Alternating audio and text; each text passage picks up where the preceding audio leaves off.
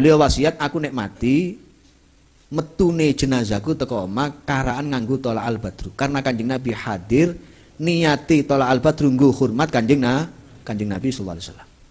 Karena beliau orang yang punya makom bisa bertemu langsung dengan Kanjeng Nabi.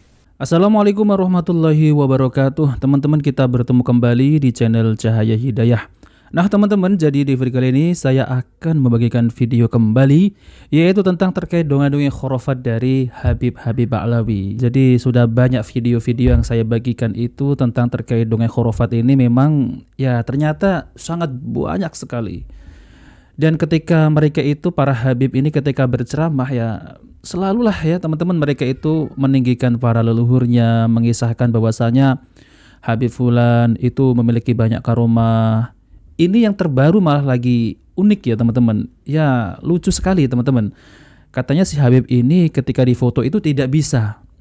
Dan Habib ini juga di dalam kamar itu nggak pernah keluar kemana-mana. Ya cuma di dalam kamar, sholat, wudhu, sholat lagi. Nah seperti itu. Jadi selama 15 tahun bahkan lebih.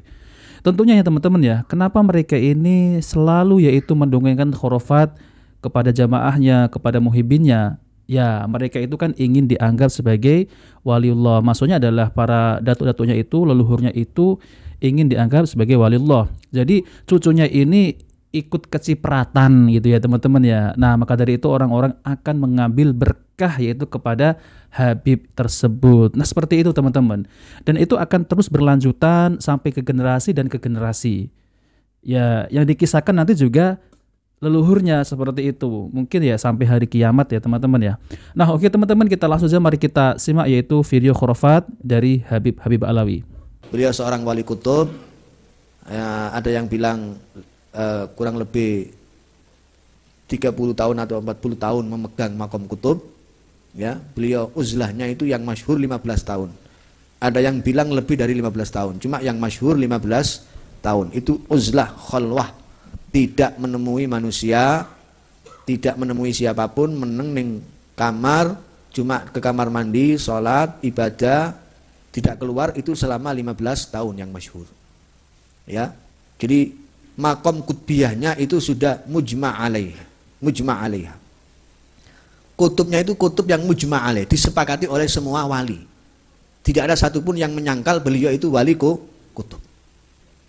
Beliau tidak lahir di Yaman, tidak lahir di Hadramut, lahirnya di Indonesia. Lahirnya di Besuki. Okay? Zaman Ben Weru. Lahirnya itu teng Besuki. Di teng Wetan. Jawa Timur di bagian timur. Wetan. Cuma usia kurang lebih 7 tahunan sudah dikirim oleh neneknya ke Siwun, ke Hadramut. Ya, di sana yang ngaji kepada pamannya Al-Habib Abdullah bin Umar As-Segaf, kemudian kepada Al-Habib Abdul Qadir bin Qutban. Kemudian yang paling lama itu ngajinya kepada Sahibul Maulid Al-Habib Ali bin Muhammad bin Husain Al-Habsyi. Pulangnya ke tanah Jawa ini, ke tanah Jawa, kembali lagi ke Indonesia niku dibarengi dengan Habib Alwi bin Segaf As-Segaf Kebon Agung. Pulangnya itu bareng. Sama-sama nyantri ke Habib Ali Al-Habsyi. Cuma waktu itu Habib Alwi bin Segaf As-Segaf sudah di atas 30 tahun usianya, Habib Abu Bakar Gresik masih belasan tahun pulangnya. Ya, masih belasan tahun. Nah, kemudian setelah itu beliau tinggal menetap setelah pindah-pindah kemana-mana itu terakhir di Gresik. Ya. Nah, beliau yang ada di foto ini di depan kita ini itu, masya Allah, banyak sekali cerita-cerita tentang karomahnya yang kita tidak bisa sampaikan di waktu yang sangat terbatas. Cuma beliau itu terakhir memang beliau berdoa kepada Allah minta diwafatkan umurnya kira-kira sama dengan Syekh Abdul Qadir Al-Jilani radhiyallahu anhu. Maka dituruti oleh Allah Ta'ala dungane wafati persis usia 91 tahun. Itu tahun 1958 Masehi. Wafat dalam usia 91 tahun. Tahun 1958 Masehi. 16 Dzulhijjah wafatnya, 17 itu jenazahnya. Satu-satunya jenazah sing teko omah dugi dalem niku saking dalem medal teng jaba niku dikarak dengan tolak al-badru, itu jenazahnya beliau. Karena wasiatnya beliau. Beliau wasiat, aku nek mati metune jenazahku teko omah karaan nganggo tolak al-badru. Karena Kanjeng Nabi hadir, niati tolak al-badru nggo hormat Kanjeng Nabi sallallahu alaihi wasallam. Karena beliau orang yang punya makom bisa bertemu langsung dengan Kanjeng Nabi. Nah, teman-teman yang dimuliakan oleh Allah Subhanahu wa taala, jadi itulah ya, sangat luar biasa. Ini masih panjang lagi video ini teman-teman ya. Jadi mereka itu katanya Habib Abu Bakar Gresik ya teman-teman. Ini pernah dibahas oleh Kiai Nur Ihya ya, yaitu bertemu dengan Rasulullah sallallahu alaihi wasallam secara sadar. Jadi Rasulullah itu datang ya, lalu kemudian dipeluk gitu teman-teman, dirangkul gitu. Nah, ini adalah kebohongan. Dan Kiai Nur Ihya itu membongkar kitabnya, dan itu memang ada di dalam kitab-kitab mereka. Nah, selalunya ya teman-teman ya, dongeng-dongeng khurafat semacam ini itu selalunya akan diceritakan kepada jamaahnya ketika menghadiri acara haul ya teman-teman, memperingati acara haul. Nah, tujuannya apa? Ya tujuannya yaitu untuk mengangkat namanya. Jadi haul Abu Bakar Gresik. Nah, seperti itu. Jadi ketika diangkat namanya, nah makanya dari itu para jamaah itu terkagum-kagum. Oh, ini ternyata benar-benar waliullah, wali kutub. Karena mereka itu menganggap sebagai wali kutub, sudah diakui para wali gitu teman-teman. Ini dari mana asalnya? Ya kalau wali ya para sahabat Nabi sallallahu alaihi wasallam itu adalah para wali-wali Allah, sudah jelas dijamin masuk surga. Ini enggak jelas ya nasabnya kemana, lalu kemudian bisa bertemu dengan Rasulullah secara sadar. Para sahabat Nabi itu enggak ada. Para sahabat itu adalah benar-benar waliullah. Ini ngaku-ngaku wali tapi bisa bertemu dengan Rasulullah. Padahal para sahabat itu ya tidak pernah bertemu dengan Rasulullah setelah Rasulullah itu wafat. Nah, teman-teman, kan ini kan di luar nalar ya teman-teman. Enggak mungkin keimanan para sahabat Nabi ini dibandingkan keimanan orang-orang setelah para sahabat Nabi. Padahal jauh jaraknya teman-teman. Ya, 1000 tahun lebih itu jaraknya. Mereka mengklaim bisa bertemu dengan Rasulullah secara sadar. Rasulullah itu dirangkul gitu ya, dipeluk gitu. Wah, ini adalah bentuk perendahan terhadap Rasulullah teman-teman. Karena Rasulullah ini dianggap rohnya itu gentayangan. Ya ini sangat tidak beradab ya kepada Rasulullah. Naudzubillah teman-teman ya. Nah maka dari itu jangan mudah percaya yang mengatasnamakan Rasulullah, apalagi mengatasnamakan cucu Nabi.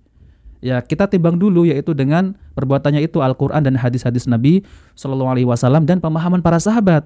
Apakah pemahaman para sahabat itu lebih baik daripada pemahaman ini yang ngaku wali kutub bisa bertemu dengan Rasulullah secara sadar? Nah seperti itu teman-teman ya. Oke, mari kita lanjutkan. Maqam yang sudah sampai ijtima' ma'an Nabi SAW yaqadhah itu maqamun yatwil maqamati kullaha. Maqam yang bisa menutup semua maqam. Jadi kabeh wali zamannya Habib Abu Bakar Gresik niku semua di bawah komando Habib Abu Bakar Gresik. Semua wali itu di bawah komandonya beliau. Jadi beliau rajanya wali di zamannya. Kabeh tunduk sampai Al Habib Husain bin Muhammad bin Tahir Al Haddad, Habib Husain Jombang, wali ini Allah niku nggih, kali kakange Habib Alwi bin Muhammad bin Tahir Al Haddad yang pesariannya ada di Bogor. Habib Husainnya ada di hidupnya lama di Jombang tapi pesariannya ada di Surabaya. Habib Alwi ada di Bogor. Habib Husain ini dengan Habib Alwi ini dua bersaudara. Sampai Habib Bakar dawuh mara'aitu akhwain ka Alawi wa Husain. Saya belum pernah melihat dua saudara seperti Alwi dan Husain saling menghormati. Kakangnya yang menghormati adik ini, si adik juga menghormati kakak. Sama-sama menghormati. Itu kalau sawan ke Habib Abu Bakar Gresik niku dari depan itu sudah merangkang. Mboten wani ngadeg mlakune. Jadi memang wibawanya luar biasa.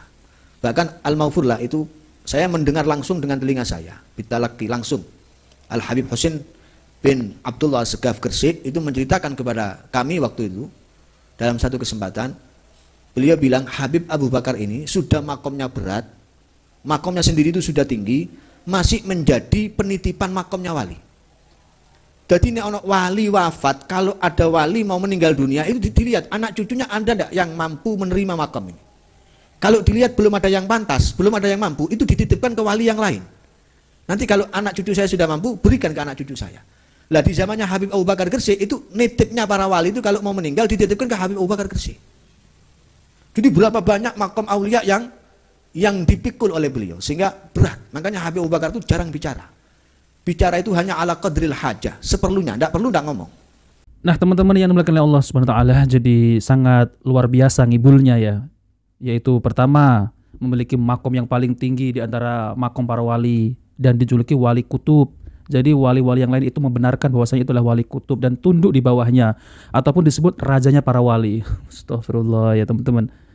Rajanya para wali tapi mengklaim bisa bertemu dengan Rasulullah SAW secara sadar.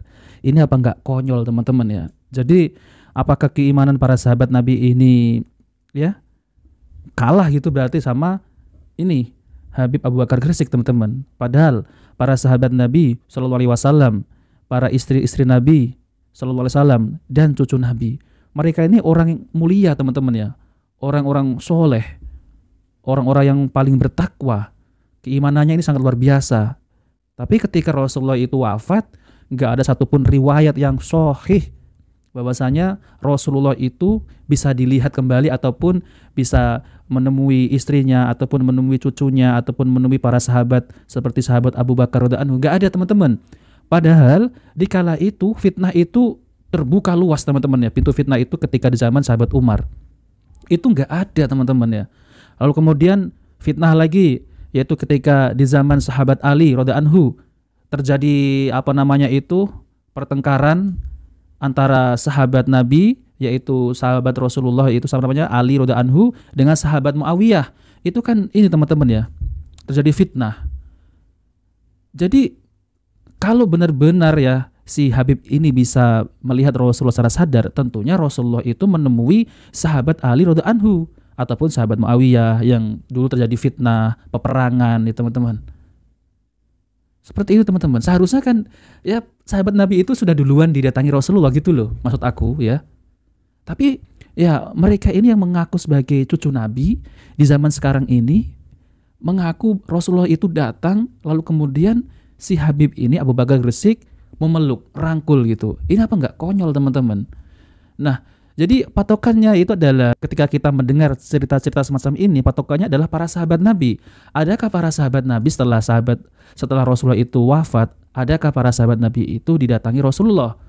Bahkan istri Nabi yaitu Ibunda Aisyah, istri yang paling dicintai Rasulullah itu nggak ada itu didatangi lagi gitu ya teman-teman ya. Lalu Ibunda Aisyah rangkul gitu, nggak ada teman-teman. Nah ini kan konyol gitu. Nah maka dari itu saya itu nggak percaya hal-hal demikian teman-teman. Tapi kalau melihat dalam mimpi, kemungkinan bisa jadi itu benar. Karena itu ada hadisnya. Tapi kalau melihat secara sadar, nah ini teman-teman ya, nggak ada riwayat dari para sahabat Nabi, istri-istri Nabi, cucu Nabi, Hasan Husain tuh nggak ada yang dimana mereka itu ditemui Rasulullah secara sadar setelah Rasulullah itu wafat. Nah seperti itu teman-teman. Jadi kita jangan tertipu ya ketika kita itu mendengar cerita-cerita semacam ini yang tidak belum tentu kebenarannya, jangan kita langsung percaya, langsung kita menganggap ini waliullah, ini wali kutub, makomnya tinggi. Nggak begitu caranya kita dalam beragama ya. Jadi menggunakan akal gitu. Ya, harus kita bandingkan para sahabat Nabi, nggak ada yang seperti itu kan teman-teman. Nah seperti itu. Nah maka dari itu kalau kita berpegang teguh dengan Al-Quran dan hadis-hadis Nabi SAW dan pemahaman para sahabat, kita tidak akan tersesat dan tidak akan bisa dikibulin oleh orang-orang yang mengaku sebagai cucu Nabi Rasulullah SAW ya teman-teman. Nah seperti itu teman-teman ya. Nah oke teman-teman, jadi itu saja yang disampaikan. Jika video bermanfaat jangan lupa like dan subscribe di channel Cahaya Hidayah. Wassalamualaikum warahmatullahi wabarakatuh.